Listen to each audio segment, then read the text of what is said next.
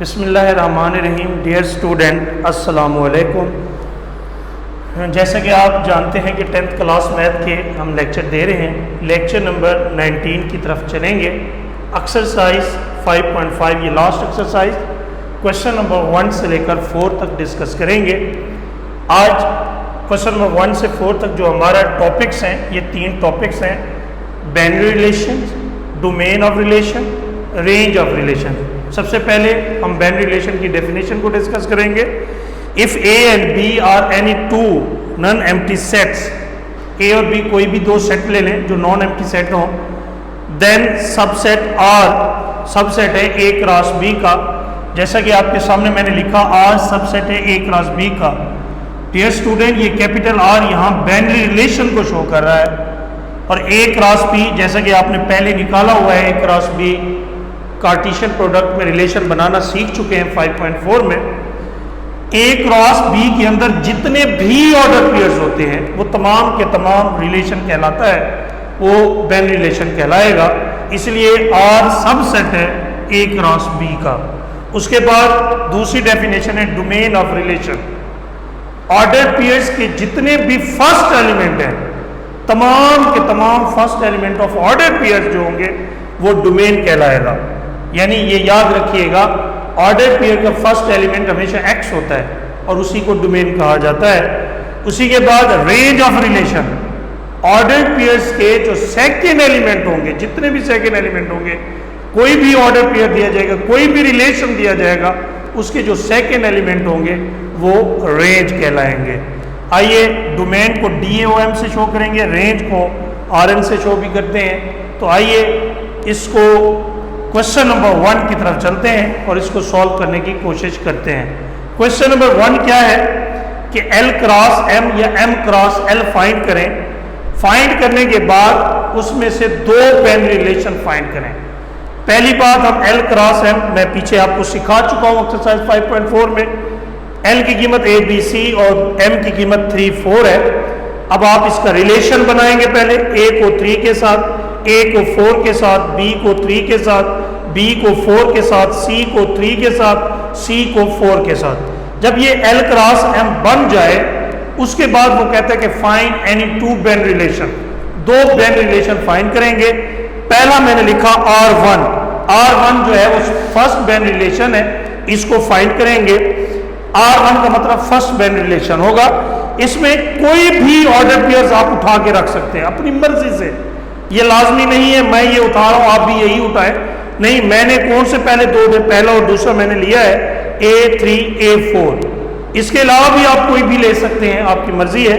उसके बाद R2 में मैंने पहले दो लिए, उसके अलावा जो बाकी रह गए उनमें से आपकी मर्जी है कोई भी ले लें। अब मैंने बाकी 3 ले लिए, B3, B4 और C4।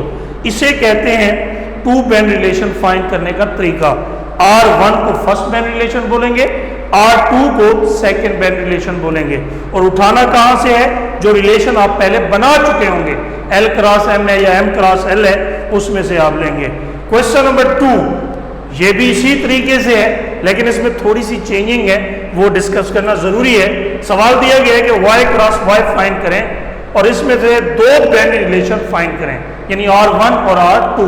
इन दोनों बाइनरी रिलेशन का डोमेन भी फाइंड करें और रेंज भी फाइंड करें। डियर स्टूडेंट, पहले Y क्रॉस Y की कीमत है -2, 1, 2, दोबारा वही लिखेंगे -2, 1, 2। अब मैंने इसका रिलेशन बनाया ऑर्डर पेयर्स में, -2, -2, -2, 1, -2, 2, फिर 1 को -2 के साथ, फिर 1 को 1 के साथ, फिर 1 को 2 के साथ, फिर 2 को -2 के साथ, 2 को 1 के साथ, फिर 2 को 2 के साथ बनाएंगे। अब जब मैंने ये रिलेशन बना लिया तो मैं फर्स्ट बाइनरी रिलेशन लूंगा R1। इसमें से मैं फिर अपनी मर्जी से कोई 3 ले रहा हूं, -2, -2, -2, 1, -2 और 2। याद रखिएगा इसी रिलेशन से उठाना है, जो रिलेशन आप Y क्रॉस Y बना चुके हैं, इससे अलावा नहीं लेना है आपने। R1 में आप देखें मैंने ये जो उठाए हैं, अब मैंने इसका डोमेन भी लूंगा और रेंज भी लूंगा।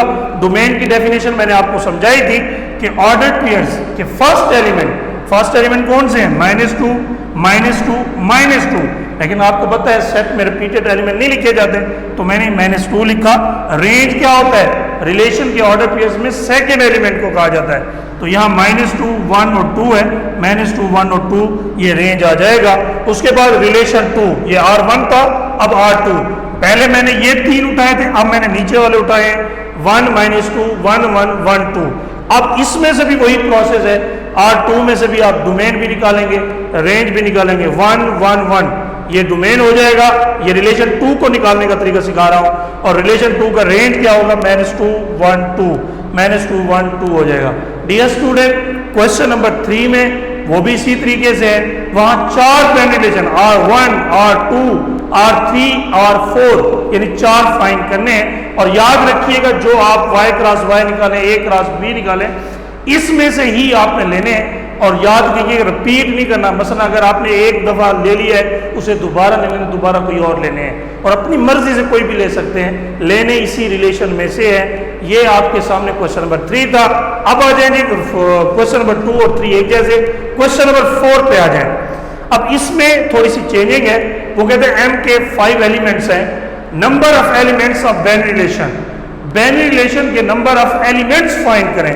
तो बेटा हमें सेट जो दिया गया वो m दिया गया है, तो m क्रॉस m निकालेंगे, फार्मूला होगा 2 की पावर m मल्टीप्लाई n।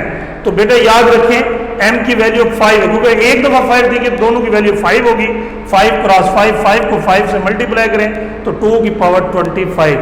ये number of elements of binary relation निकालने का फार्मूला था, और वैल्यू दी गई थी, वो हमने पुट करके सॉल्व कर लिया है। ये क्वेश्चन नंबर 4 तक आपके सामने एक्सरसाइज 5.5 क्वेश्चन नंबर 1 से लेकर 4 तक मैंने आपको समझाया है। उम्मीद करता हूँ जो बाकी क्वेश्चन है इसकी आप प्रैक्टिस करेंगे।